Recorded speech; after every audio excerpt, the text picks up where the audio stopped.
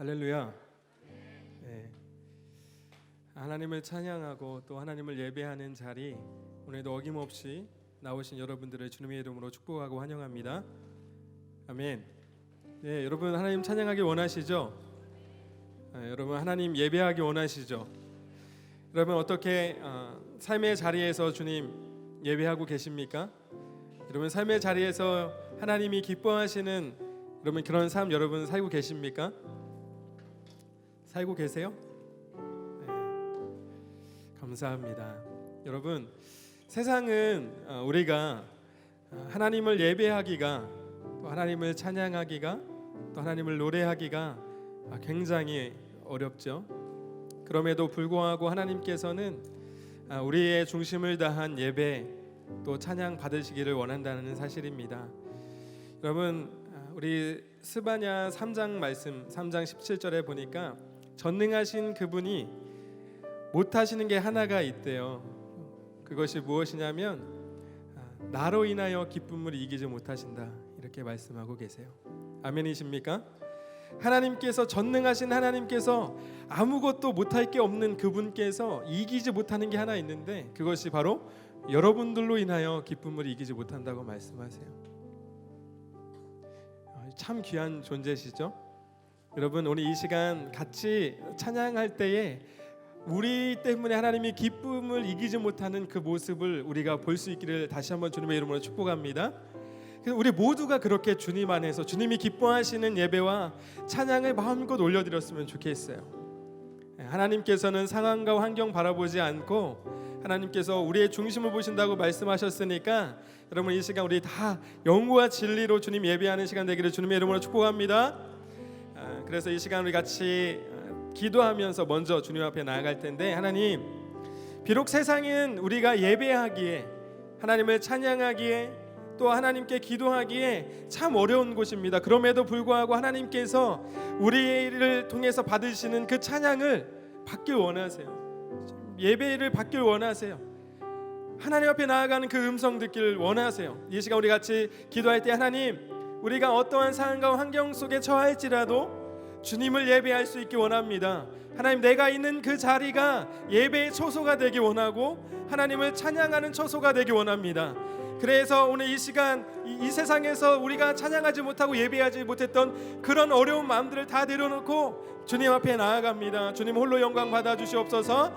이 시간 기쁘게 전심으로 주님 찬양하며 주님께 올려드리는 귀한 예배의 시간 될 수 있도록 주님 우리의 마음을 열어주십시오. 우리의 눈을 열어 주님을 보게 하여 주십시오. 우리 마음껏 소리쳐 주님을 외칠 수 있는 귀한 시간 될 수 있도록 인도하여 달라고 이 시간 합심하여서 함께 기도하며 주님 앞에 나아가겠습니다. 같이 기도하겠습니다. 하나님 감사합니다. 오늘도 우리에게 생명 주심을 감사합니다. 우리의 입술을 열어서 주님을 예배하고 주님을 찬양할 수 있도록 인도하신 것 감사를 드립니다. 하나님 이 세상 가운데 우리가 예배제로 살아가기가 얼마나 힘든지요. 하나님 이 세상 속에서 하나님 앞에 기도하는 시간이 얼마나 어려운지요. 하나님 이 세상 속에서 하나님을 찬양하기 얼마나 어려운지요. 그럼에도 불구하고 하나님 우리의 예배를 받기 원하시며 우리의 찬양을 받으시기를 원하시며 우리의 기도의 음성을 듣기 원하시는 주님, 이 시간 마음껏 주님을 찬양하며 예배하며 주님께서 우리로 인하여 기쁨을 이기지 못하시는 그 놀라운 주님의 음성 들을 수 있도록 주님의 모습을 목도할 수 있는 시간 될 수 있도록 인도하여 주시옵소서. 하나님 노래할 수 없는 곳, 하나님 예배할 수 없는 곳에서 기도할 수 없는 곳에서 주님을 예배하고 주님을 찬양하고 주님께 기도하는 하나님의 시간 될 수 있도록 하나님 그런 믿음의 사람으로 단련되어질 수 있도록 인도하여 주시옵소서. 하나님 우리의 흐트러진 마음들을 주님으로 만져주시고 주님께로 인도하여 주셔서 하나님 이 시간 치유와 회복의 시간 될 수 있도록 인도하여 주시옵소서. 그렇게 주님이 기뻐하시는 예배와 찬양으로 주님 앞에 영광 올려드릴 수 있도록 인도하여 주시옵소서. 주님 앞에 나아갑니다. 이 시간 한 가지 더 기도할까요? 하나님 무거운 마음, 연약한 마음 가지고 나왔습니다. 그러나 사도행전 3장 8절 말씀 보니까요, 태어날 때부터 걷지 못했던 거린이 한 명 있었는데 여러분 베드로와 요한이 그들에게 참 이상한 것을 주었어요. 거린에게 필요한 것은 무엇이었습니까? 재물이었죠. 겉으로 보기에는 다 재물이었어요. 그러나 베드로와 요한이 그 거린을 향해서 나는 금과 은은 없지만 내가 있는 것을 너에게 주겠다. 나사렛 예수 그리스도의 이름으로 일어나 걸어라. 여러분, 그 거린에게 필요한 건 재물이 아니었어요. 여러분, 구원이었다는 사실입니다. 여러분, 우리가 이 시간 하나님 앞에 나와 하나님 우리를 구원하신 그 기쁨을 마음껏 찬양하기 원하는데, 하나님 우리 흐트러졌던 우리의 마음을 성령께로 주님 안으로 이끌어 주십시오. 그래서 주님의 사랑의 그 손길이 이끄심을 경험할 수 있는 시간 될 수 있도록 인도하여 주시옵소서. 주님, 우리에게 구원이 필요합니다. 하나님, 우리에게 필요한 것이 눈에 보여지는 세상의 그 어떠함이 아니라 주님의 사랑과 주님의 은혜와 주님의 구원이 필요합니다. 주님, 이 시간 함께하여 달라고, 이 시간 다시 한번 주님의 그 사랑의 손길이 우리에게 필요하다고, 주님 이 시간 우리의 치유와 회복의 시간 될 수 있도록 인도하여 달라고 이 시간 합심하여서 우리의 마음 다하여 다시 한번 주님 앞에 기쁨으로 나아가며 기도하며 나아가겠습니다. 같이 기도하겠습니다. 하나님, 우리에게 주님의 그 사랑의 손길이 필요합니다. 주님의 은혜의 손길이 필요합니다. 주님의 구원의 손길이 필요합니다. 주님, 우리에게 예수 그리스도의 이름의 능력이 필요합니다. 하나님을 다시 한번 주님 앞에 나아가 주님만을 높여드리는 시간 될 수 있도록 하나님 흐트러진 마음을 우리 이끌어주시고 주님 곁으로 이끌어주시고 성령에 이끌리는 시간 될 수 있도록 인도하여 주시옵소서. 주님의 사랑의 손길이 하나님 나를 어루만지시며 주님께서 이 곳 가운데 함께하고 계심을 하나님 경험할 수 있는 하나님의 시간 될 수 있도록 하나님 인도하여 주시옵소서.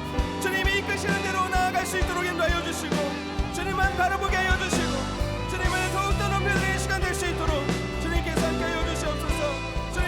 주님만을 의지하며 주님만을 바라보며 함께해 주시기 원합니다. 하나님,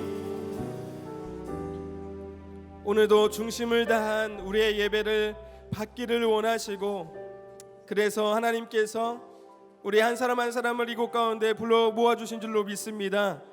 하나님, 이 시간 하나님께서 우리에게 행하신 그 일들을 마음껏 찬양하고 또 하나님을 마음껏 예배하는 시간 될 수 있도록 하나님, 우리가 영과 진리로 정말 주님 앞에 온전한 예배 드릴 수 있도록 주님 우리의 마음을 열어주십시오. 하나님, 들을 길을 주십시오. 하나님, 우리의 눈을 열어주십시오. 그래서 하나님, 이 시간 이전에 알지 못했던 하나님을 아는 시간 되게 하시고 이전에 경험하지 못했던 하나님의 사랑과 은혜를 경험하는 하나님 은혜의 시간 될 수 있도록 우리를 인도하여 주시옵소서. 하나님, 흐트러졌던 우리의 마음들, 우리의 분주했던 모든 것들을 다 내려놓고 이 시간 사랑의 주님의 손길을 하나님이 경험하는 은혜의 시간으로 우리를 인도하여 주시옵소서. 주님, 성령의 충만한 시간 되게 하여 주시옵소서. 말씀을 들을 때에도 들을 길을 열어주시고 깨닫는 지혜를 허락하여 주셔서 하나님, 정말 주님의 음성이 이곳 가운데 들려지는 은혜의 시간으로 우리를 인도하여 주시옵소서. 모든 감사와 찬양을 주님 앞에 올려드리며 우리를 통해서 영광 받으실 예수 그리스도의 이름으로 함께 기도합니다. 아멘. 여러분, 이 시간 찬양할 준비 되셨나요? 여러분, 찬양할 준비 되셨습니까? 이 시간 마음껏 주님을 찬양하실 때 주님께서 우리의 찬양 기뻐 받으실 줄로 믿습니다. 이 시간 같이 찬양하며 나아갈 때 노래할 수 없는 곳이라 해도, 여러분 기도할 수 없는 곳이라 해도 나는 기도하겠습니다, 나는 노래하겠습니다 라는 이 찬양의 고백이 저와 여러분들의 고백이 되기를 주님의 이름으로 축복합니다.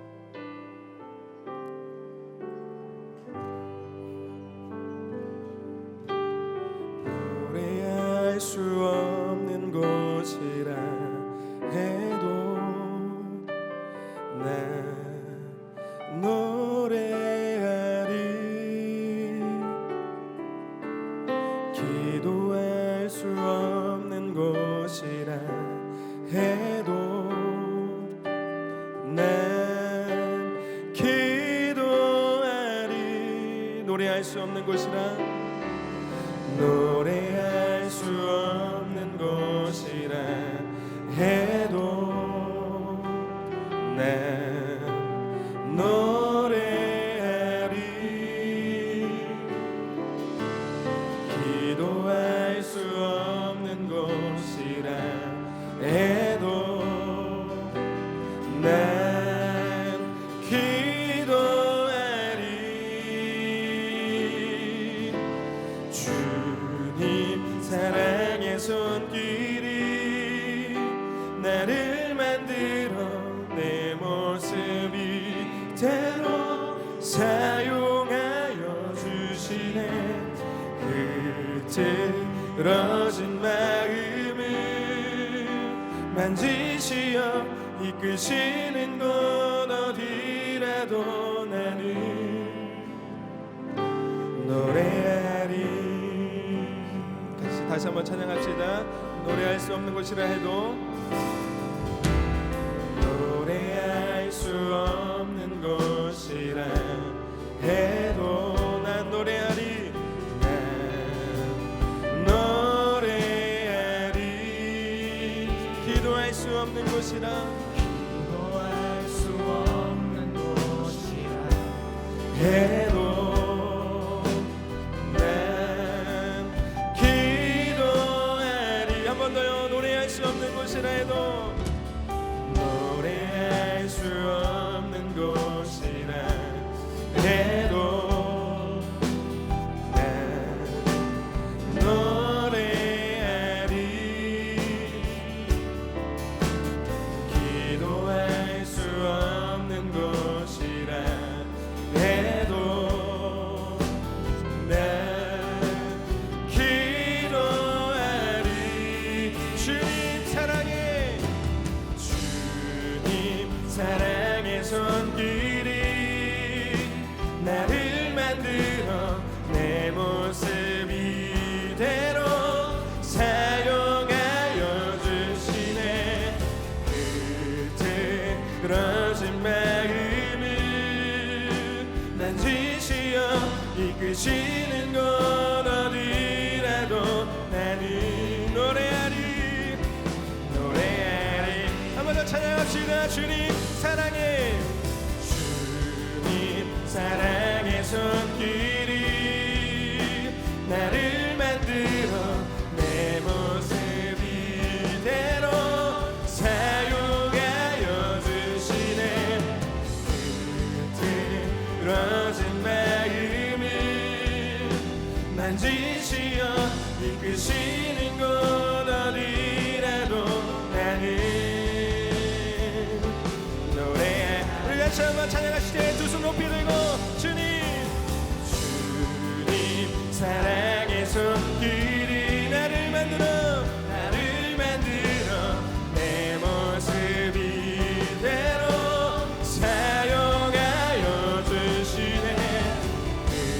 비틀어진 마음을 만지시어 이끄시는 곳 어디라도 나는 노래하리. 노래하다 다시 한번 고백합시다. 주님 사랑의 손길이, 주님 사랑의 손길이 나를 만들어 내 모습 이대로 사용하여 주시네. 비틀어진 마음을 만지시어 이끄시는 곳 어디라도 나는 노래하리. 주님 사랑해, 주님 사랑의 손길이 나를 만들어 내 모습 이대로 사용하여 주시네. 비틀어진 마음을 만지시어 이끄시는 곳 어디라도 나는 노래하리. 다시 한번 여러분들의 큰 목소리로 다시 한번 찬양할까요? 주님 사랑해, 주님 사랑의 손길이 나를 만들어 사용하여 주시네.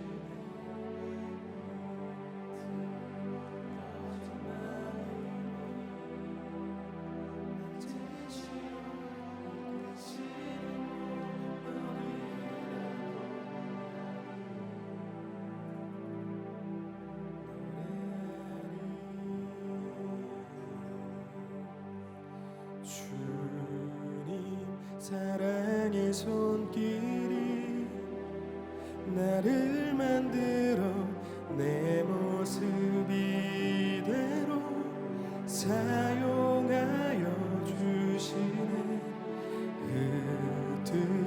흐트러진 마음을 만지시어 이끄시는 곳 어디라도 나는 노래하리. 여러분, 이렇게 고백하시고 여러분 이렇게 살기 원하십니까? 이 시간 다시 한번 기도하실 때에 하나님, 이 찬양의 고백이 나의 고백될 수 있도록 인도하여 주십시오. 하나님, 그 어떤 곳에서 어느 순간에도 하나님을 찬양하고 하나님을 예배할 수 있는 그런 참된 예배자가 될 수 있도록 인도하여 주십시오.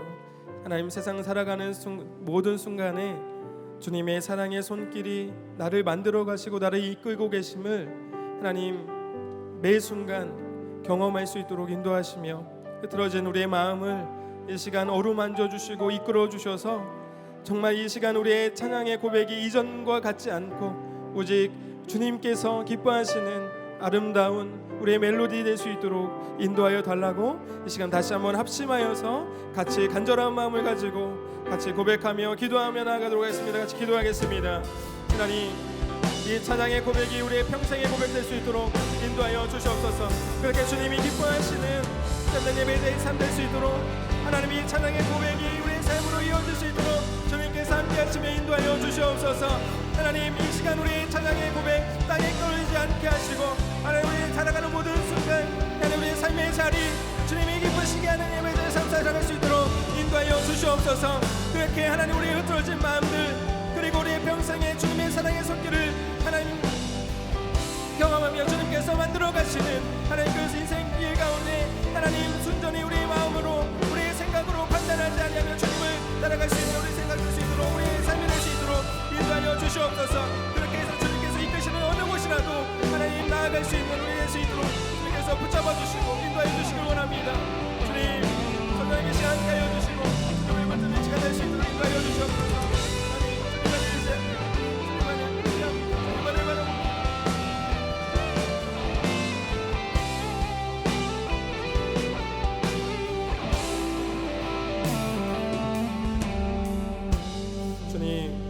우리가 노래할 수 없는 곳에서 또 기도할 수 없는 곳에서 노래하겠다, 기도하겠다 주님 고백했습니다. 주님, 이 고백이 우리의 삶의 평생의 고백될 수 있도록 성령님 우리를 지켜주시고 인도하여 주시옵소서.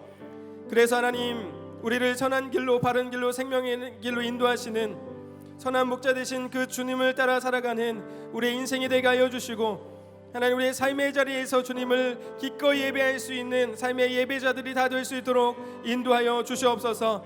그래서 하나님, 우리를 통해서 주님의 나라가 주님의 뜻이 하나님 우리의 삶의 현장에 이루어질 수 있도록 주님 우리를 축복의 통로되게 하여 주시옵소서. 이 모든 시간을 다 주님 앞에 올려드리며 예수님의 존귀하신 이름으로 기도했습니다.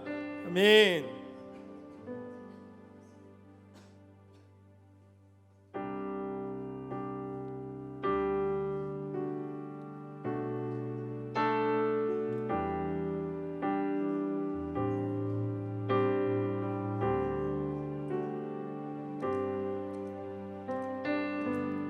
높은 산들이 낮아지고 험한 길이 평탄해지고 골짜기가 메워지는 새로운 하늘과 땅이 우리 가운데 소망으로 자리 잡아 꿈을 꾸게 해.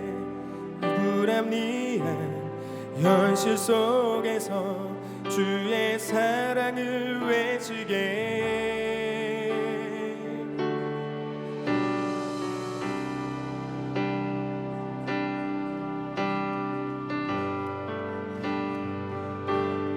높은 산들이 낮아지고 험한 길이 평탄해지고 골짜기가 메워지는 새로운 하늘과 땅이 우리 가운데 소망으로 자리 잡아 잡아 꿈을 꾸게 해. 불합리한 현실 속에서 주의 사랑을 외치게 해. 주의 나라 주의 뜻이 이 땅 가운데 이루어지리. 우릴 통해 주가 일하시네. 주의 나라 주의 나라 주의 뜻이 이 땅 가운데 이루어지리. 우릴 통해 주가 일하시네. 높은 산들이 낮아지고 험한 길이 평탄해지고 골짜기가 메워지는 새로운 하늘과 땅이 우리 가운데 소망으로 자리 잡아 꿈을 꾸게 해.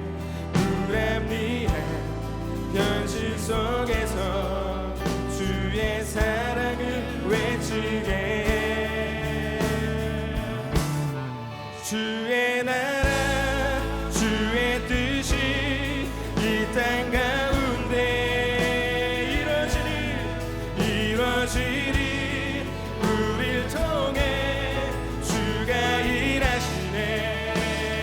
주의 나라 주의 뜻이 이 땅 가운데 이루어지리. 우릴 통해 주가 일하시니. 우리 한 번 더. 주의 나라 주의 뜻이 이 땅 가운데 이루어지리. 우릴 통해 주가 일하시네. 한 번 더. 주의 나라 주의 뜻이 이 땅 가운데 이루어지리. 우릴 통해 주가 일하시네. 마지막. 주의 나라 주의 뜻이 이 땅 가운데 이루어지리. 우릴 통해 주가 일하시네. 주의 나라 주의 뜻이 이 땅 가운데 이루어지리. 우릴 통해 주가 일하시네. 마지막 한 번 더. 주의 나라 주의 뜻이 이 땅 가운데 이루어지리. 우릴 통해 주가 일하시네.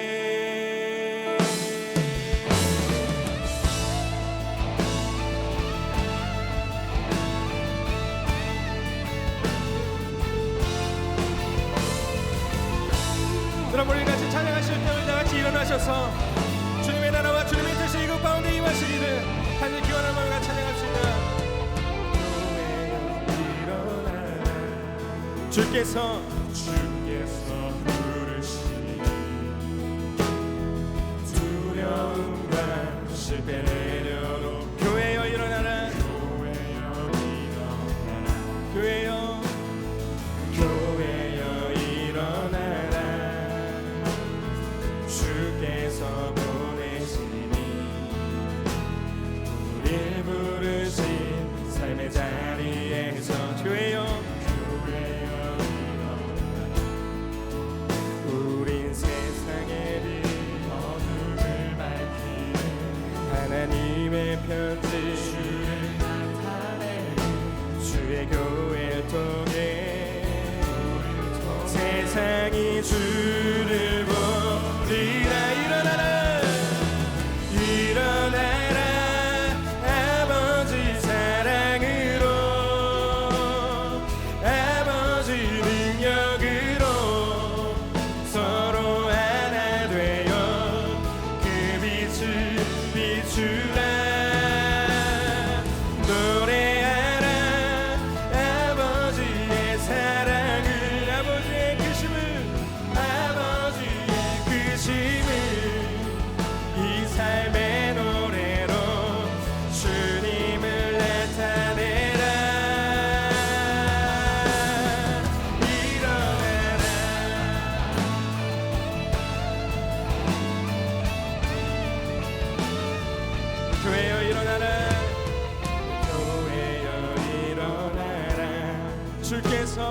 주께서 부르시니 두려움과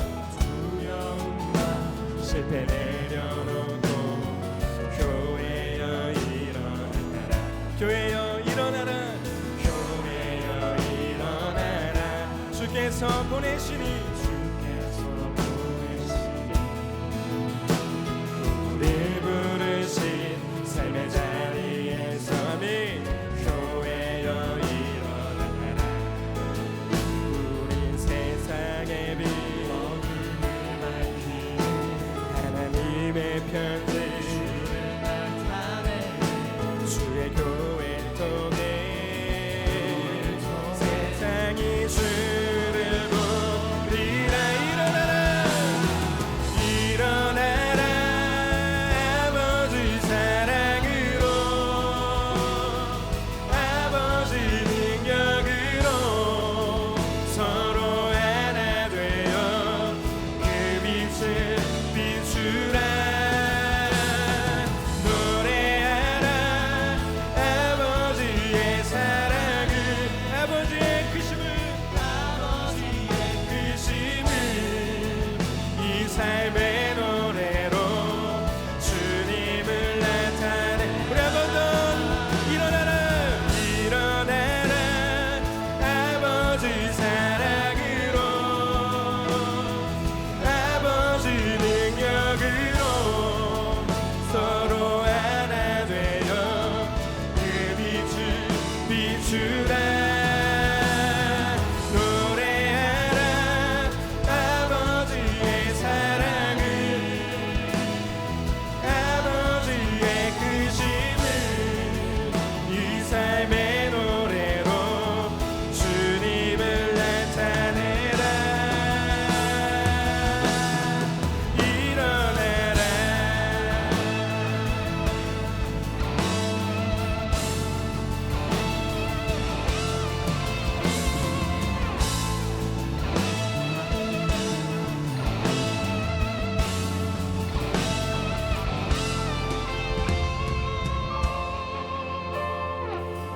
사랑하는 여러분, 하나님께서 우리를 교회로 부르신 줄로 믿습니다.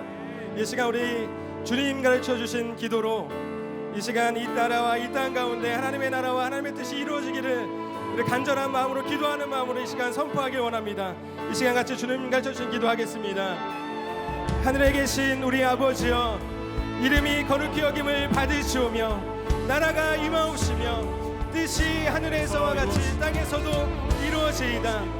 오늘날 우리에게 이루할 양식을 주옵시고 우리가 우리에게 죄 지은 자를 사하여 준 것 같이 우리의 죄를 사하여 주옵시고 우리를 시험에 들게 하지 마옵시고 다만 악에서 구하시옵소서. 나라와 권세와 영광이 아버지께 일용하오나이다. 나라와 권세와 영광이 아버지께 영원히 있사옵나이다. 아멘.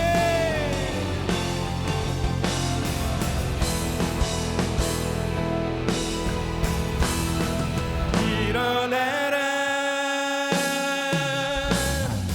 일어나라 아버지 사랑으로 아버지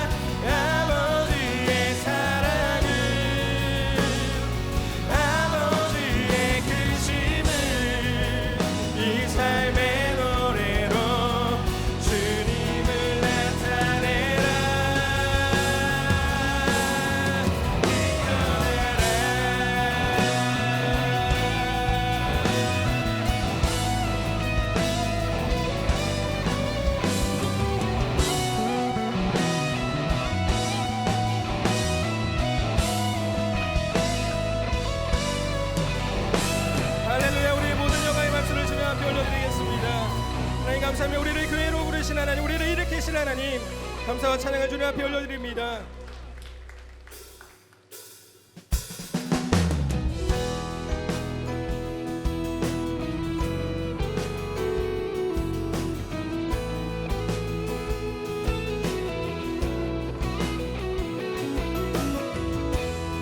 찬양하실 때 우리 박수 치시면서 우리를 향하신 주님의 그 사랑을 제가 같이 찬양하며 나가겠습니다.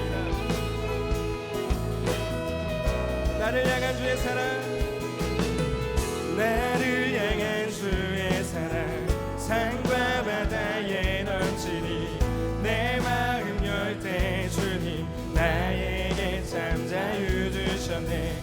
늘 진리 속에 거하며 나의 손을 높이 언제나 주님의 사랑을 노래하리. 주의 사랑 노래하리.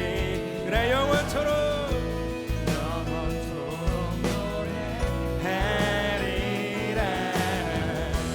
주의 사랑 노래하리.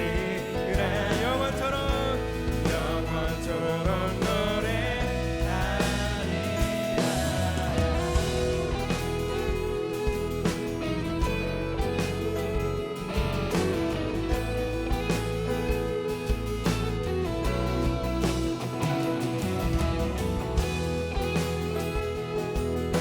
기쁘십니까? 여러분 예수님 사랑하세요? 여러분 이 시간 이전에 없었던 우리의 더 큰 목소리를 같이 찬양합시다. 나를 향한 주의 사랑, 나를 향한 주의 사랑, 산과 바다에 넘치니 내 마음 열 때 주님 나에게 참 자유 주셨네. 늘 진리 속에 거하며 나의 손을 높이 들고 언제나 주님의 사랑을 노래하리. 주의 사랑 노래하리. 영원토록 노래하리라. 주의 사랑 노래하리라. 영원토록 노래하리라. 우리 한 번 더. 주의 사랑 노래하리라. 영원토록 노래하리라. 주의 사랑 노래하리라. 영원토록 노래하리라. 내가 춤을 출 때, 내가 춤을 출 때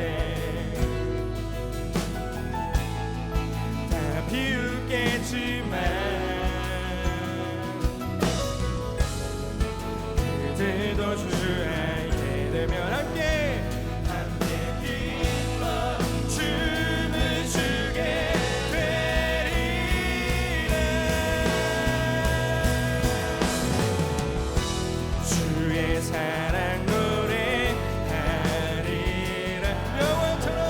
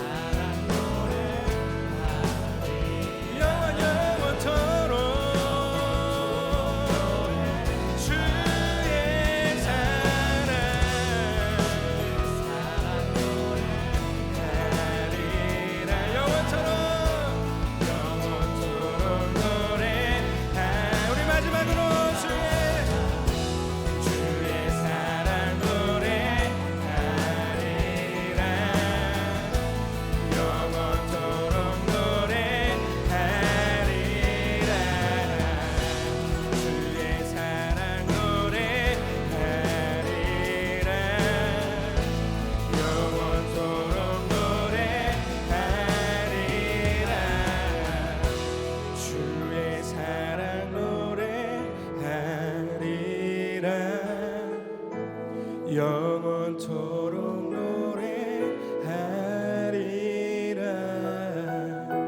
주의 사랑 노래하리라. 영원토록 노래하리라. 오늘 모든 영광의 박수를 주님 앞에 다시 한번 올려드리겠습니다.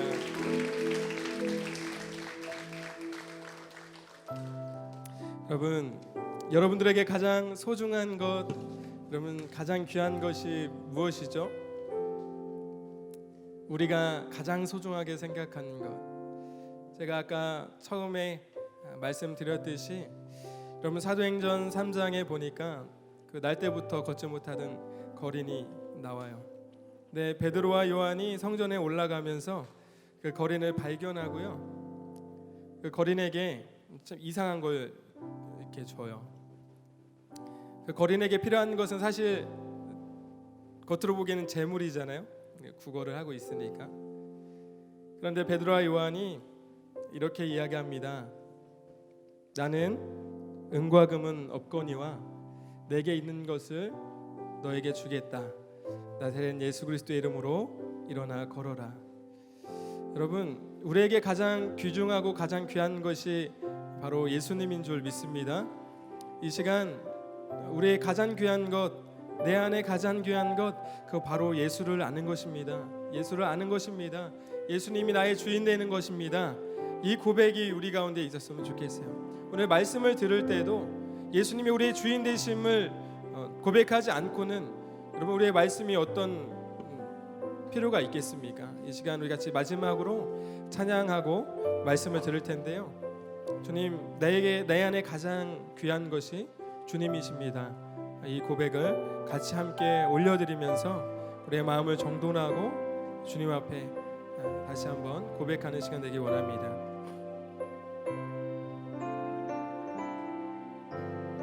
내 안에 가장 귀한 것 예수를 알미라. 그 은보다 더 귀한 것 예수를 알미라.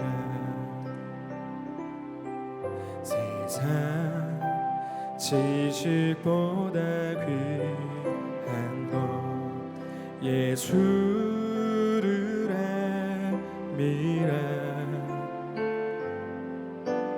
내 안에 가장 귀한 것 예수를 알미라. 예수의 이름 존귀한 그 이름 예수의 이름 존귀한 그 이름. 다시 찬양합시다. 내 안에 가장 귀한 것 예수를 알미라. 그 은보다 더 귀한 것, 그 은보다 더 귀한 것 예수를 알미라. 세상 지식보다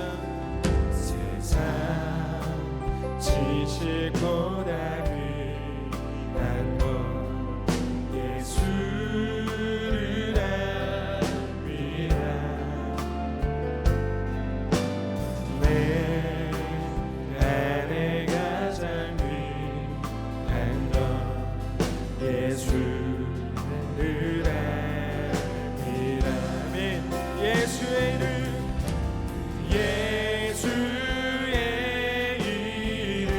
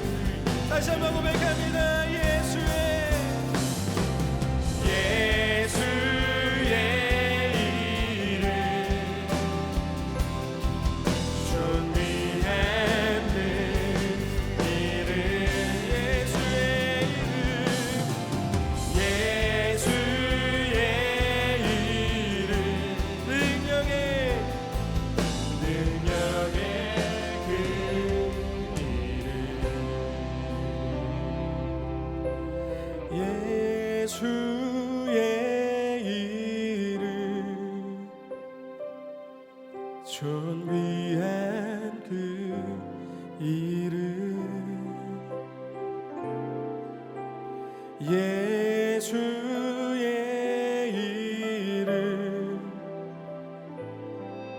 능력의 그 이름. 우리 마지막으로요. 예수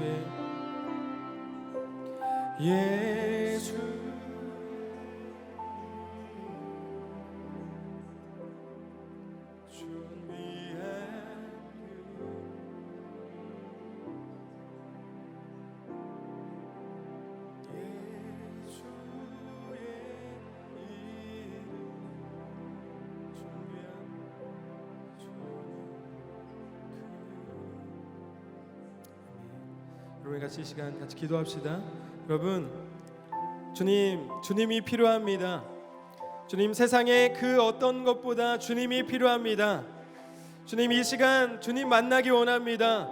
주님의 음성 듣기 원합니다. 이 시간 주의 말씀이 선포되어질 때에 하나님 악한 마귀를 좀 쫓아지 못하도록 주님 물리쳐 주시고 이 시간 온전히 주님의 음성에 귀 기울일 수 있는 시간 될 수 있도록 인도하여 주시옵소서. 이 시간 주님 만나는 시간 되게 하여 주시옵소서. 주님을 간절히 원합니다. 주님을 더욱 원합니다. 주님이 필요합니다라고 고백하며 이 시간 주의 이름 한번 외치고 우리 같이 한번 통성으로 같이 기도하며 나가겠습니다. 같이 기도하겠습니다. 주여,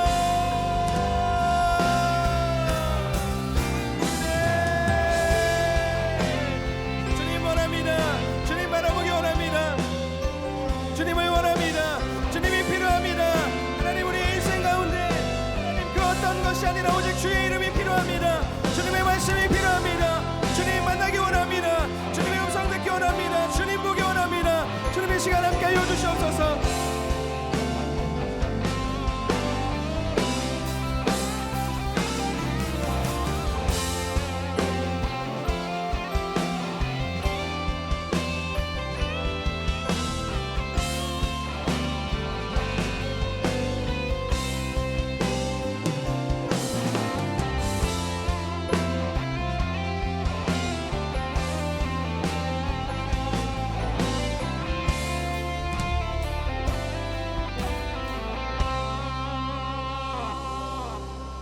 우리를 부르시는 하나님 아버지, 우리가 주님의 부르심에 응답하여 이 자리에 하나님 예배하기 위해 모였습니다. 주님 앞에 모인 주님의 자녀들 한 사람 한 사람 축복하여 주시고 우리가 말씀 나눌 때 하나님의 뜻을 깨닫고 그 뜻에 순종할 수 있는 믿음 또한 허락하여 주셔서 우리 삶이 온전히 주님 기뻐하시는 거룩한 산제사 될 수 있도록 이 밤 우리와 함께하여 주시옵소서. 그렇게 우리를 인도하실 주님 기대하며 살아계신 예수 그리스도 이름으로 기도합니다. 아멘.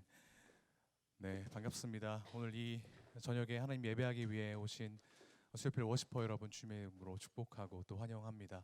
오늘 말씀 나누겠습니다. 마태복음 16장 21절에서 24절 말씀입니다. 마태복음 16장 21절에서 24절 말씀 4절밖에 되지 않기 때문에 같이 합독할까 합니다.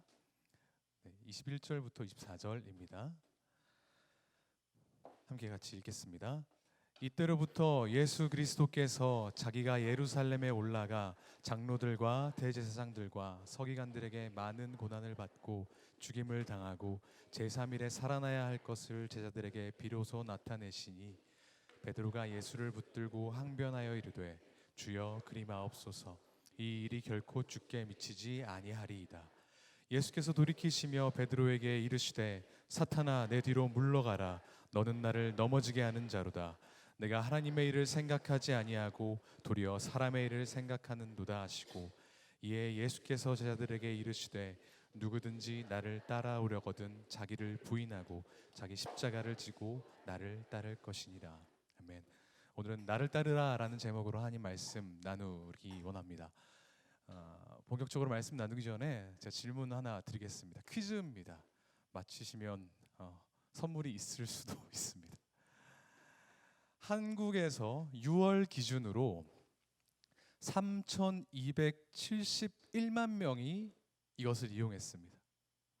이것을 이용한 시간은 대략 388억 분이라고 합니다. 3,200만 명이 넘는 사람이 한국에서만 388억 분이 넘는 시간 동안 봤던 것 뭘까요? 손 들고 맞추시면 선물을 드릴지도 모릅니다. 모르시겠습니까? 유튜브입니다. 그런 표정이 보이는데요. 예전에는 사람들이 뭔가를 이용하거나 검색할 때 네이버나 다음 같은 포털 사이트를 많이 이용했는데 이제는 검색하기 위해서 10분의 6, 그러니까 60% 정도가 오히려 유튜브를 통해서 정보를 얻으려고 검색한다고 합니다. 그런 어마어마한 어떤 영향력을 가진 플랫폼이 바로 유튜브인데요. 여러분들도 다 보셨죠? 보고 계시죠? 예, 찾아보시고 좋아하는, 구독하는 채널이 있으실 것으로 압니다. 그런 걸 보다가 그런 생각 한번 안 해보셨습니까? 전 최근에 그런 생각을 해봤는데 이렇게 영향력 있는 매체에서 이렇게 많은 사람들이 보는 이 상황에서 과연 누가 구독자가 제일 많을까? 이런 고민 안 해보셨습니까? 저만 궁금한 겁니까? 아니죠? 네.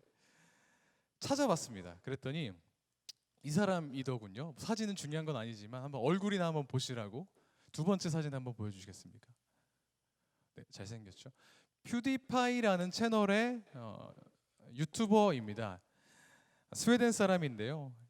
예전에는 게임 영상을 올리기도 하고 지금은 소통 영상을 올렸는데 포브스 집계, 포브스 추산으로는 대략 작년 한 해에만 188억을 광고 수익으로 벌었을 거라고 추산됩니다.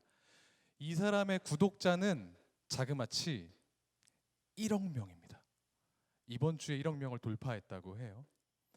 이 사람이 동영상을 올리면 많은 사람들이 그게 뭐 게임 영상이든 잡담하는 영상이든 최근에 제가 이번 기회에 한번 들어가 봤더니 자기 결혼식 영상을 올렸더라고요. 그런데 조회수가 자그마치 2천 몇백만 회인 거예요. 그래서 엄청나게 영향력 있는 사람이구나 이런 생각이 들었습니다.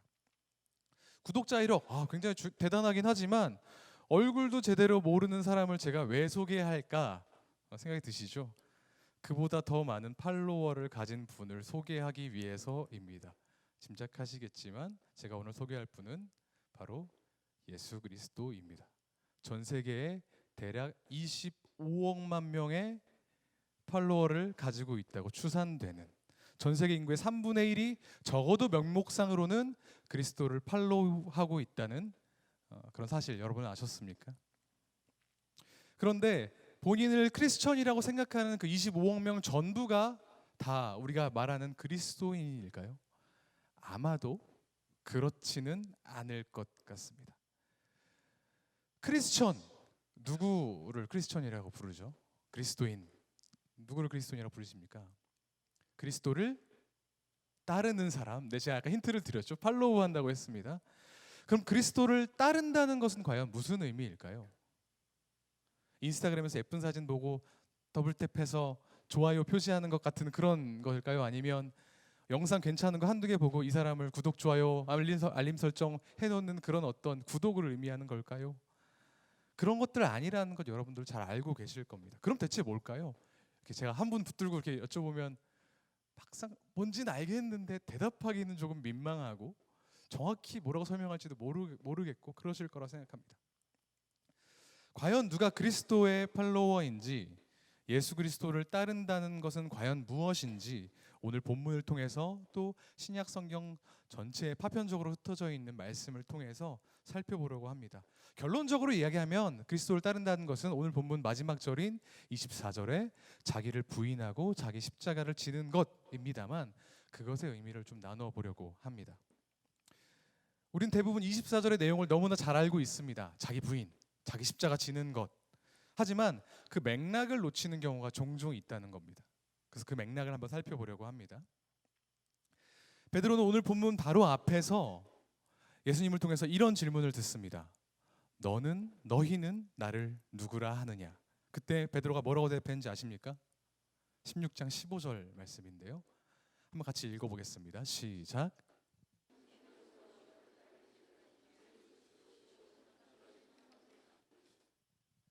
그렇게 대답을 했습니다. 이 고백이 중요한 이유는 베드로의 고백을 통해 비로소 그리스도의 정체가 누구인지 밝혀졌기 때문입니다.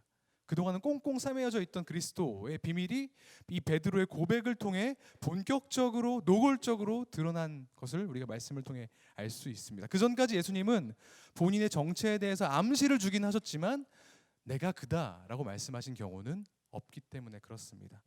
13절 14절 바로 또 그 앞을 한번 읽어볼까요? 한번 같이 읽어보겠습니다. 띄워주시겠습니까? 네, 시작.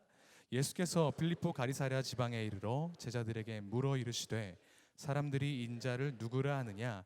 이르되 더러는 침례 요한, 더러는 엘리야, 어떤 이는 예레미야나 선지자 중에 하나이다. 너희는 나를 누구라 생각하느냐라고 물으시기 전에 다른 사람은 어떻게 생각하느냐라고 물으신 장면이 13절에 나옵니다. 그때 제자들의 대답은 침례 요한, 엘리야, 선지자 중에 한 사람이라고 대답을 했습니다. 하지만 조금만 더 이 문맥을 살펴보다 보면 아마도 제자들도 거기서 크게 다르지 않게 생각했기 때문에 그런 식으로 대답했던 것이겠죠. 베드로만 예수님이 그리스도시라는 것을 정확하게 깨달았기 때문에 그렇습니다. 그런데 이 베드로의 고백은 한계가 있는 거였어요. 조금 부족했습니다.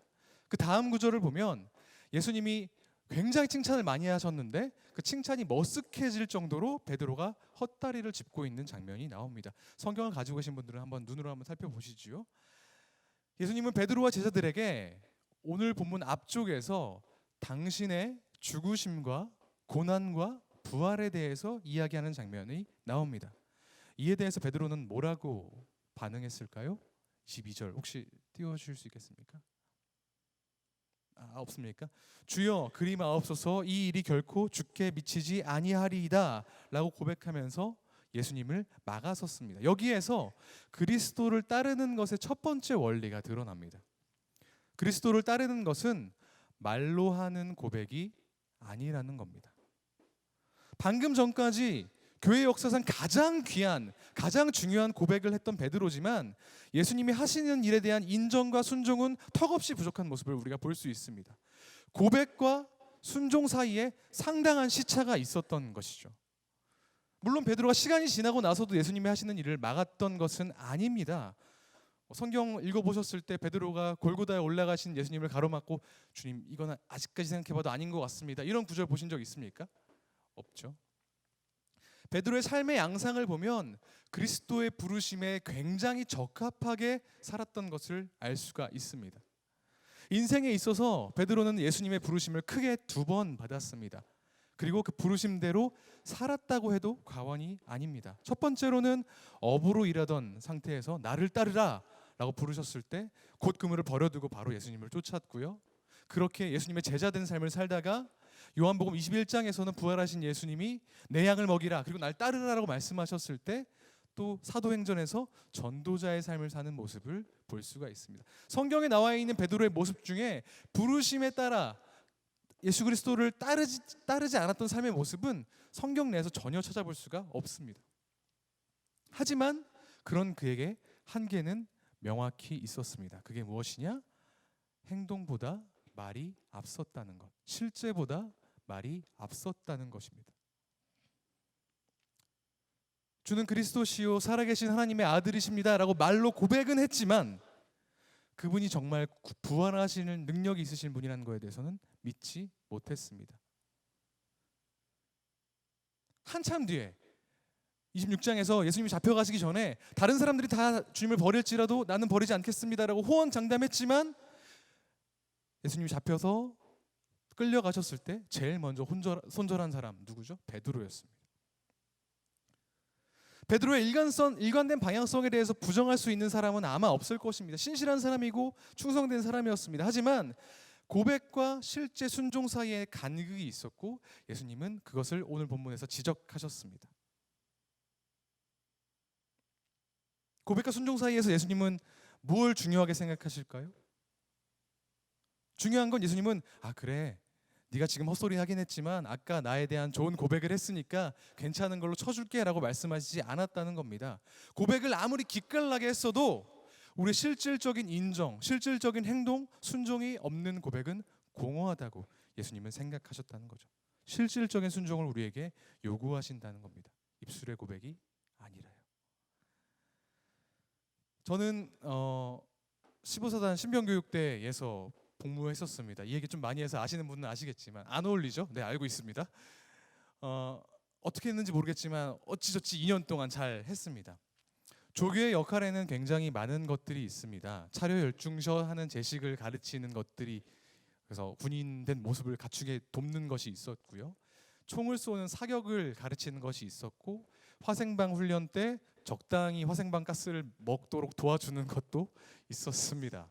굉장히 그래서 많이 원망을 사기도 했었는데, 그 중에 조교가 해야 될 일 하나, 또 다른 하나는 군가를 가르치는 것이었습니다. 하루는 훈련병들을 모아놓고 군가를 가르쳤습니다. 그런데 열심히 배우다가 어떤 훈련병이 손을 들고 질문을 하는 겁니다.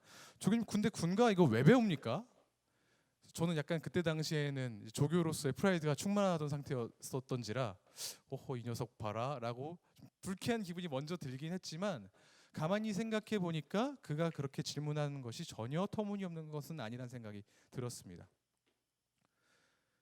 그 훈련병은 아마도 그렇게 생각했을 겁니다. 나는 나라를 지키러 왔는데 줄창 노래만 부르는 그 상황이 뭔가 조금 이상하게 느껴졌던 것이겠죠. 평소에도 제가 자주 인용하는 말인데, 어떤 분은 이렇게 얘기합니다. 한국교회를 일컬어서 군가는 열심히 부르지만 실제로 싸우지는 못하는 군대와 같다, 이렇게 비판하시는 것을 제가 들은 적이 있습니다. 전적으로 동의하지는 않습니다. 하지만 우리가 하나님께 순종하겠다고 말하고 하나님께 그렇게 고백하면서 실제적인 순종으로, 실제적인 행동의 따름으로 이어지지 않는다면 그건 아마 군가만 부르는 무력한 군대와 다를 바가 없으리라 생각합니다. 그것은 부르신 이를, 소집한 이를 기쁘게 하는 군사가 아니죠. 사랑하는 수요필 워시퍼 여러분, 저와 여러분은 예수님께서 부르셨을 때 베드로가 곧 그물을 바로 버려두고 예수님을 따랐던 그때의 모습을 본받아서 고백한 즉시 하나님께 순종하고 따라갈 수 있는 그런 팔로워들 되시기를 주님의 이름으로 축복합니다. 그리스도를 따르는 것의 두 번째 원리는 24절에도 나와 있듯이 자기를 부인한다는 겁니다. 여기서 말하는 자기 부인은 무엇이냐? 예수님의 워딩을 따르자면 사람의 일을 생각하지 않는다는 것입니다. 23절에 나와 있는 것처럼요. 그러면 사람의 일을 생각하지 않는다는 것은 대체 무엇이냐? 그래서 제가 따른다라는 그 구절을 가지고 성경을 한번 검색을 해봤습니다. 그랬더니 굉장히 적절한 구절이 바로 앞에 마태복음 8장에 있었습니다. 19절에서 22절 말씀인데요. 저와 여러분이 한 절씩 좀 교독을 해보겠습니다. 19절입니다. 한 서기관이 나와 예수께 아뢰되 선생님이여 어디로 가시든지 저는 따르리이다.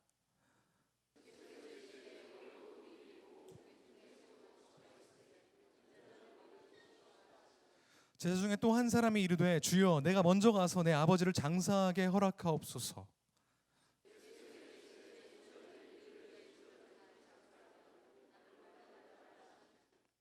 네, 이 본문에 등장하는 사람은 예수님을 포함해서 총 3명입니다. 그리고 그 예수님을 제외한 나머지 2명은 모두 예수님을 따르려고 했습니다.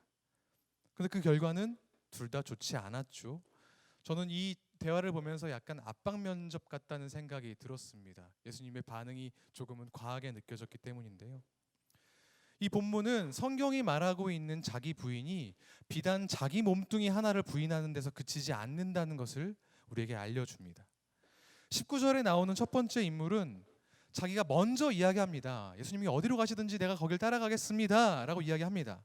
하지만 예수님이 진지하게 나를 따라다니면 길거리를 전전하면서 어느 곳 편한 잠자리 얻지 못할 거야 라고 단언하시니 대꾸도 하지 않고 정체를 숨겨버립니다. 어디든 간다라는 말은 허언이었던 겁니다. 머리 둘 곳 정도는 있어야 내가 가겠습니다 라는 말이었던 거죠. 패션 크리스천 같은 거였다고 생각합니다. 예수님을 따르는 것은 고백으로 되는 것 아니라고 아까 이야기했었죠. 이 사람은 내가 따르겠다라고 말을 하긴 했지만 조건이 걸렸고 실제 따름으로 이어지지는 않았습니다. 실패한 것이죠. 이 사람의 직업 뭐였죠? 서기관이었습니다. 서기관 누굽니까? 예수님 시대에 바리새인과 더불어서 종교 기득권을 쥐고 있는 쌍두마차이지 않았습니까? 그럼에도 불구하고 예수님을 따르겠다고 이야기했지만, 그걸 보면 비범한 사람이면 틀림없지만 머리 둘 곳 없는 정도까지 자기를 내려놓는 데는 실패한 사람이었습니다. 결과적으로 예수님을 따르지 못했던 사람이었죠. 이 문답을 통해서 알 수 있는 것은 자기 부인은 자신의 안락한 삶을 내려놓는 것이라는 겁니다.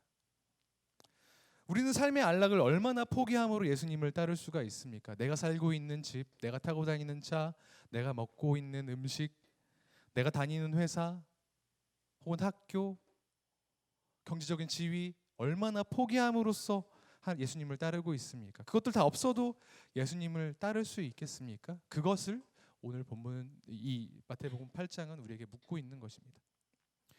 22절에서 두 번째 제자는 조금 다른 이야기를 합니다.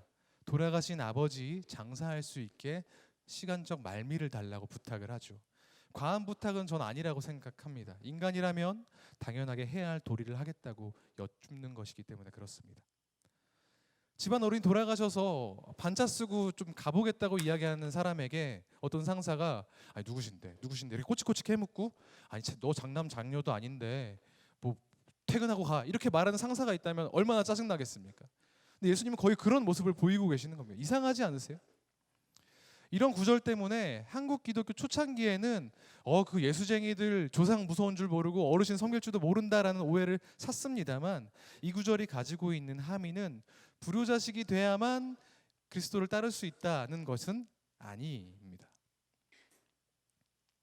당시 유대 사회는 10계명을 출발점으로 해서 수백 가지의 율법 파생 상품들이 가득했던 시대였습니다.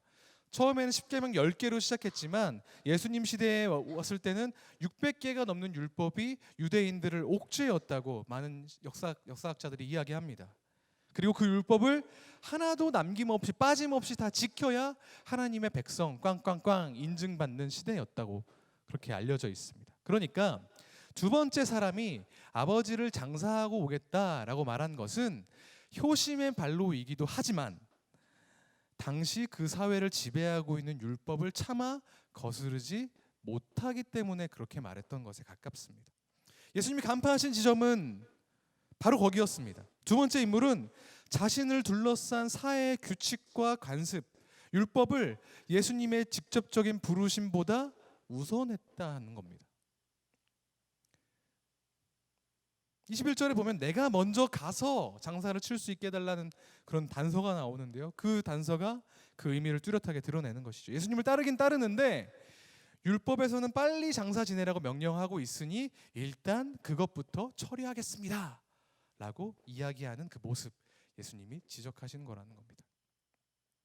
하지만 성경이 말하고 있는 자기 부인은 내 주변을 둘러싼 가치관, 나에게 영향을 끼치고 있는 관습과 모든 생각들, 그 모든 것들을 부정하는 것을 포함합니다. 그리스도를 따르는데 겪게 되는 세상의 가치관과의 충돌이 있다면 타협하지 않고 돌파하는 것이 진정한 자기 부인이라는 거죠. 저는 어젯밤 집에서 사진 한 장을 보고 굉장히 가슴이 먹먹해졌습니다. 말할 수 없는 감정에 휩싸여서 조금 묘한 감정에 휩싸였었는데 바로 이 사진입니다. 보신 분이 있을 줄 모르겠습니다. 네, 띄워주시겠습니까? 예. 혹시 이 사진 보신 분 있으세요? 이 사진은 홍콩 범죄인 인도법 반대 시위에서 일어난 사건에 대해 찍은 사진입니다. 홍콩에서 시위가 일어나고 있는 것은 아시죠? 지난 6월 3일에 시작되어서 오늘로 80일 동안 진행되고 있다고 합니다. 비교적 평화적으로 진행이 됐습니다. 인간 띠를 두르면서 진행이 됐지만 25일에 경찰이 실탄을 경고성으로 발포함과 동시에 그 시위의 양상이 조금 진압의 양상이 바뀌었다고 그렇게 많은 이들이 평가합니다. 이 사진은 바로 25일 날 찍힌 사진인데요. 사실 저 우산을 들고 추리닝을 입고 있는 반바지를 입고 있는 이 분이 시위에 참여했는지 아닌지는 정확하게 파악이 되지 않습니다. 하지만 중요한 건 공권력에 맞섰다는 사실이 굉장히 눈에 들어왔습니다. 현행법의 시각을 보면 이 사람은 범법한 것이라고 볼 수 있겠죠. 공무집행 방해를 하고 있으니까요. 하지만 그럼에도 불구하고 경찰 앞에 섰습니다. 시위에 참가했기 때문에 경찰에 맞선 것인지 아니면 총 쏘는 게 위험해 보여서 주변 사람들 피할 시간을 벌어주려고 막아선 것인지는 확인되지 않지만 자기가 가지고 있는 생각, 그 신념을 위해서, 그 정치적 입장이든 아니면 다른 사람을 살리려는 그 마음이든 그 신념을 가지고 결기와 용기를 갖추고 실탄이 장전되어 있는 총 앞에 선 것이었습니다. 나중에 그의 무릎은 꿀려졌을지언정 그의 신념은 아마 굽혀지지 않았으리라 저는 생각합니다. 우리를 둘러싼 우리에게 영향을 끼치는 많은 관습들과 규칙들이 있습니다. 직장 내에서 벌어지는 비윤리적이고 비도덕적인 행위들, 강조된 일들이 있을 것입니다. 학교에서 암묵적으로 벌어지는 문제들, 사회 분위기 때문에 그렇게 하지 않으면 이상한 사람 되는 것 같은 일들이 우리 삶에서 시시때때로 곳곳에서 벌어지는 것 아실 겁니다. 공의를 말하면 패배하고 사랑을 말하면 호구가 되는 이 악한 시대의 분위기와 관습 속에서 그리스도인들은 어떻게 그리스도를 따를 것인가 늘 고민하지 않습니까? 거기에 대한 해답이 오늘 본문입니다. 자기를 부인하라는 겁니다. 우리를 둘러싼 모든 악한 관습과 가치관들로부터 이탈하여라. 타협하라는 게 아니라 그것과 타협하려는 우리의 알량한 마음을 부인하라고 성경은 이야기하고 있는 겁니다. 우리 둘러싼 모든 부정한 그것들을 돌파함으로써 그리스도를 따르는 저와 여러분이 되기를 소망합니다. 세 번째로 그리스도를 따르는 원리는 자기 십자가를 지는 것입니다. 흔히들 자기 십자가를 진다는 표현은 관용적으로 난 죽어도 하기 싫은데 어쩔 수 없이 하게 되는 사역이나 정말 저거 하는 사람을 보면서 그래도 주의 사랑으로 사랑해야지 하는 어떤 상황 때 끌어다 쓰는 표현인 것 같다는 생각이 듭니다. 하지만 오늘 본문의 자기 십자가는 그리스도의 이름 때문에 받게 되는 고난과 죽음을 의미합니다. 오늘 본문에 나온 베드로만큼 성경에서 고난을 당한 사람을 찾아보기 힘듭니다. 그런데 그는 고난을 겪으면서 어떤 생각을 했을까요? 베드로전서 2장 20절에서 21절을 보면 알 수가 있습니다. 한번 같이 비장한 마음으로 비장한 목소리를 한번 읽어보겠습니다. 시작. 매를 맞고 참으면 무슨 칭찬이 있으리요. 그러나 행함으로 고난을 받고 참으면 이는 하나님 앞에 아름다우니라. 이를 위하여 너희가 부르심을 받았으니 그리스도도 너희를 위하여 고난을 받으사 너희에게 본을 끼쳐 그 자취를 따라오게 하려 하셨느니라. 베드로 사도는 우리가 고난을 받기 위해서 부르심을 받았다고 단언합니다. 그 고난이 그거야말로 하나님의 일을 하는 사람이 감당해야 될 피연이라고 생각했다는 겁니다. 오늘 본문을 통해서 좀 레슨을 받은 것 같아 보이죠. 또 같은 편지에서 베드로는 고난을 통해서 우리가 하나님께 영광을 돌려야 된다고 강력하게 이야기합니다. 베드로전서 4장 16절 말씀입니다. 제가 읽겠습니다. 만일 그리스도인으로 고난을 받으면 부끄러워하지 말고 도리어 그 이름으로 하나님께 영광을 돌리라. 네 번째 사진을 좀 보여주시겠습니까? 1930년대 조선 일들을 천황의 백성으로 삼으려는 어떤 정책이 있었습니다. 일본 제국의 정책이었는데 내선일체, 황국식민화라고 불리는 그런 정책이었습니다. 창씨개명을 했고 학교에서 조선말을 쓰지 못하도록 했었죠. 그리고 대표적인 방법이 신사참배를 하지 않는 학교를 강제로 폐교시켰습니다.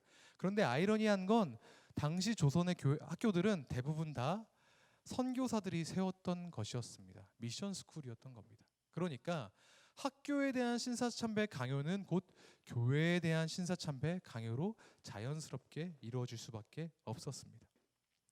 아시다시피 대부분의 교회, 분하고 비통하지만 대부분의 교회들이 일본의 이름 모를 800만 잡신들 앞에 머리를 조아리고 참배했습니다. 자, 신학교에서 이 역사를 좀 살펴보면서 알았던 사실인데 1937년부터 39년 단 3년 동안 한국의 교회가 일본의 제국에 바쳤던 헌금은 자그마치 당시 돈으로 160만 원, 지금 우리 시가로 따지면 1,600억 원 정도였다고 합니다. 단 3년 동안 1년에 500억 정도를 바친 셈이죠. 예수교 장로교 고신측과 동아기독교회라고 불리는 그 두 교단만이 신사참배를 거부하고 저항운동을 벌였다고 합니다. 일제는 그 중에서 동아기독교회를 1944년에 교단을 폐쇄시켜버렸습니다. 해체시켜버렸어요. 그리고 교단 목사님들을 투옥시키고 그 교단의 재산을 일제 국고에 강제로 귀속시켜버렸습니다.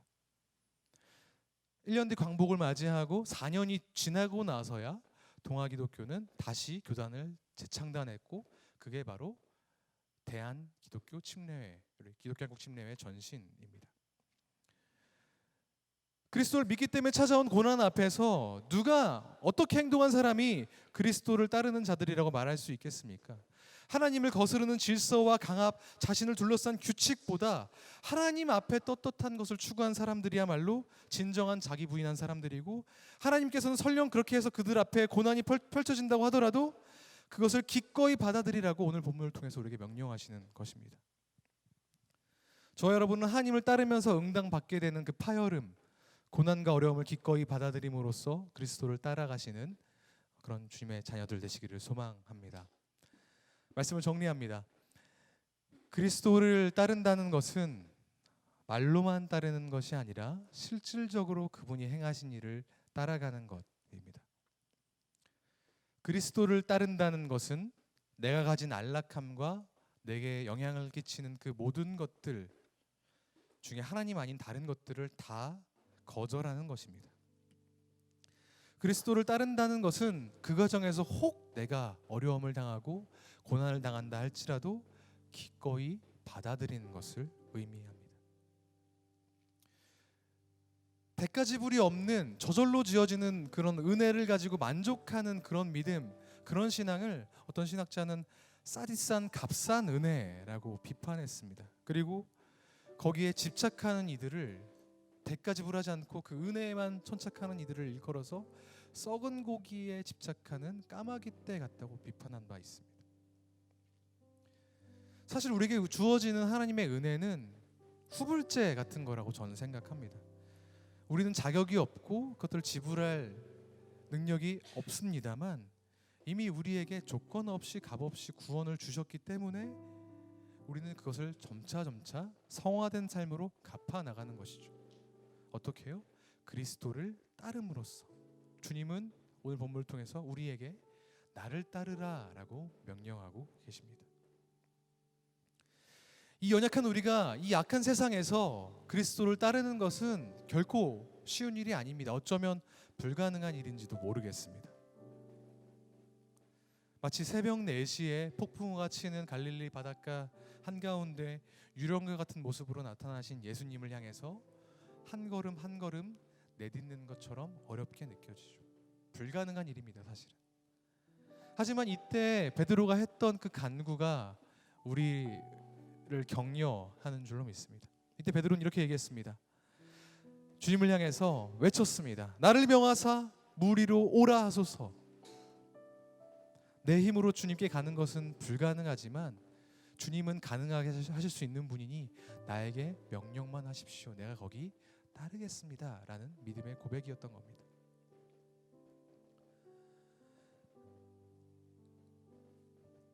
아까 이 땅 가운데에는 25억 명의 명목상 크리스천들이 있다고 말씀을 드렸죠. 그리스도를 따른다고 말했던 25억 명의 크리스천이 말로만 순종하는 것이 아니라 즉각적으로 순종하면서 그리스도를 따른다면, 자기의 안락을 챙기지 않고 그리스도를 따른다면, 하나님의 뜻을 거스르는 시대의 흐름에 저항해서 그리스도를 따르기를 주저하지 않는다면, 그 과정에서 설령 고난과 어려움을 겪을지라도 그리스도를 따른다면 과연 무슨 일이 일어날까요? 아니, 25억 명 생각하기 이전에 여기 모인 100여 명의 사람들이 말로만 따르는 것을 그치고 지금 당장 부르심에 바로바로 순종하기 시작하면 우리 주변에 어떤 일들이 일어날까요? 이 자리에 있는 우리들이 그리스도를 진정으로 따를 때 일어날 일을 한번 상상해 보십시오.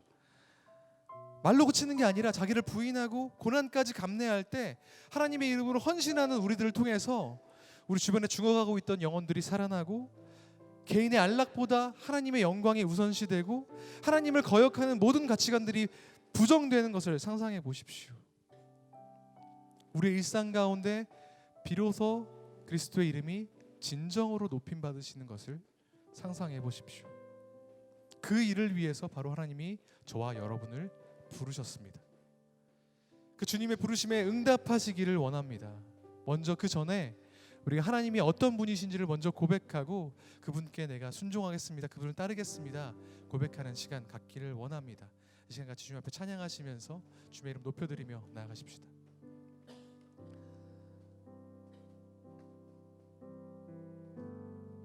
같이 부를 찬양은 예수 이름 높이세라는 찬양입니다.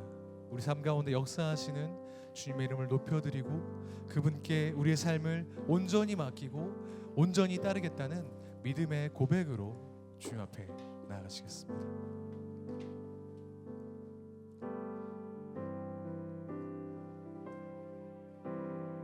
함께 고백하며 나아가겠습니다. 수많은 무리들 줄지어 그분을 보기 위해 따르만 평범한 목수이신 그분 앞 모든 무릎이 꿇어 경배하네. 모든 문제들 하나하나 죽음까지도 이끌고 생명의 근원 되신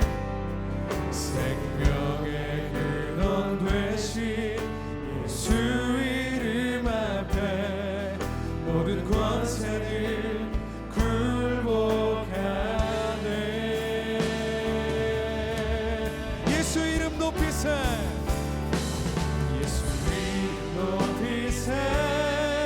능력의 그 이름 예수 이름 높이세 구원의 그 이름 예수 이름을 부르는 자 예수 이름을 믿는 자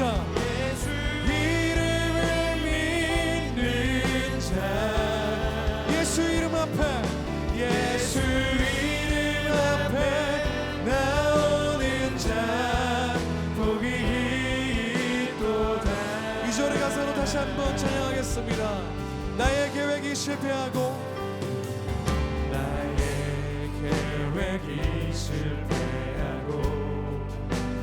나의 소망이 끊어질 때 삶의 주관자 대신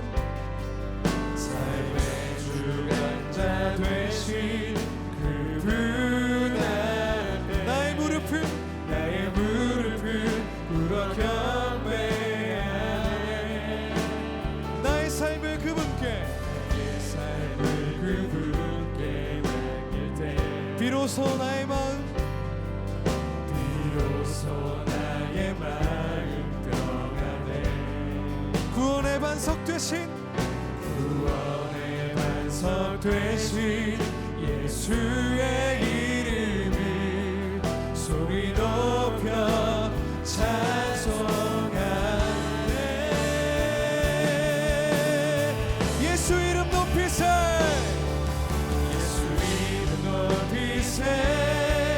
능력의 그 이름 예수 이름 높이세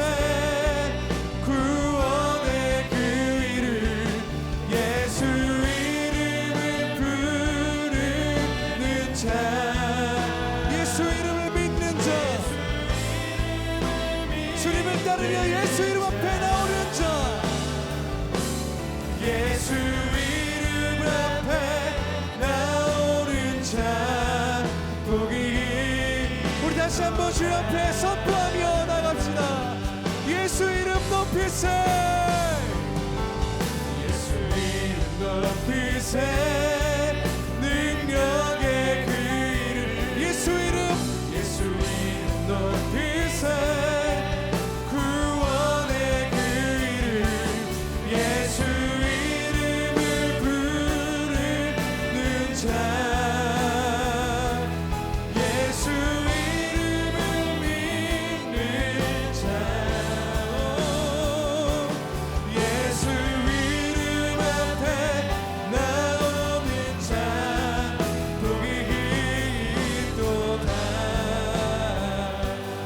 같이 눈을 감고 주 앞에 기도하며 나아가시겠습니다. 그리스도를 따르는 것은 그분을 인정하는 것부터 시작됩니다. 하나님의 능력과 은혜를 온전히 신뢰할 때 우리가 주님께 순종할 수 있고 자기를 부인할 수 있으며 고난을 감당할 수 있을 줄 믿습니다.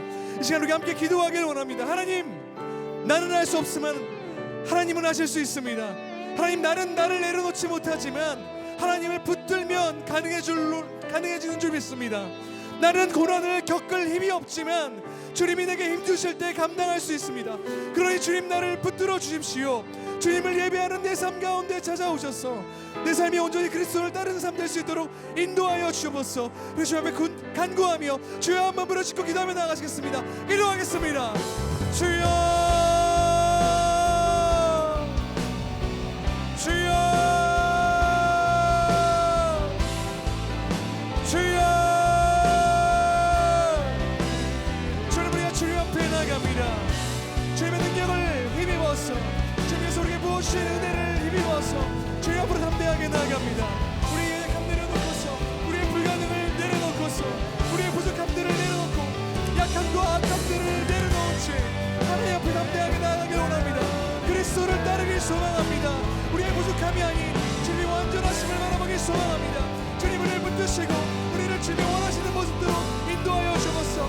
우리가 말만 주님을 따르고 말만으로 주님을 주인이라고 고백하는 삶이 아니라 온전히 알게 우리의 모든 것을 맡겨드릴 수 있도록 도와주시고, 또한 우리가 우리 스스로에 가지고 있는 모든 것들을 내려놓음으로써 하나님의 주인 되심을 다시 한번 생각할 수 있도록 도와주시고, 그 모든 상황 가운데에서 하나님의 주인 되심을 믿음으로 선포하며 어떤 고난이 와도 시련이 와도 그 모든 것들을 넉넉히 이길 수 있도록 주 아버지 인도하시고 도와주옵소서. 주님께 더욱더 가까이 소망합니다. 주님을 따르기 소망합니다. 주님을 바라고 사모하는 영혼들 가운데 주님 함께 하셔서 주님 놀라우신 은혜를 바라볼 수 있도록 주 아버지 인도하시고 도와주십시오.